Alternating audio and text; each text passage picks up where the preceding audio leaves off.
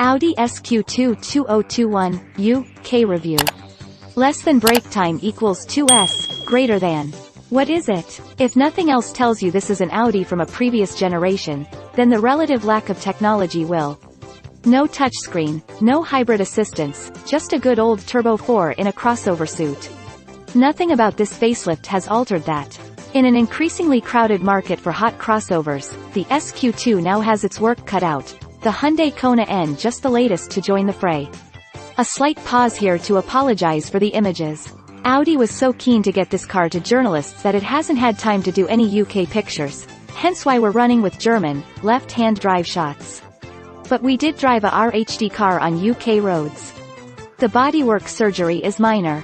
The grille is slightly lower and the front bumper has had a minor reworking.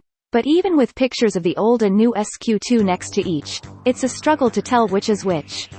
The rear bumper has been slightly revised, but again it's small details. Inside, there are new door cards. Yes, you read that right. Still, it's easy to be glib. In reality, the SQ2 hails from a time when Audi dominated the car industry's interiors and it still feels spot on. The MMI infotainment system is controlled using a wheel and buttons combo that's easy to work with. Less than brake time equals 2S, greater than.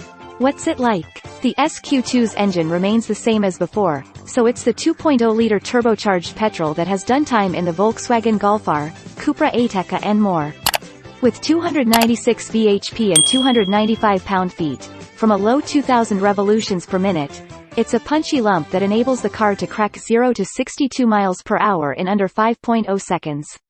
For the most part, it sounds great, only sometimes becoming over-synthesized. I tended to leave the car in dynamic mode, which makes gear changes sharper and tightens the steering but also crucially gives the exhaust note more attitude, even letting out a little parp on the overrun. It suits the car. The SQ2 isn't the last word in adjustability. Prodigious levels of grip are more this car's shtick, but as a secure and fast way to cross-country, it is impressive. The steering is accurate, if bereft of feel, and body roll is well controlled. The letdown is the ride, which is a bit too firm over back roads. Also, kickdown gear changes from the dual-clutch box are lethargic in comfort mode. Less than brake time equals 2S, greater than. Should I buy one? So this isn't a radical overhaul, but with a tried and tested method, and where the Q2 sales continue to match the A1s, you can't blame Audi for sticking with what works. It's not the most nuanced of hot SUVs, but is still an effortless way to get somewhere quickly. Yeah.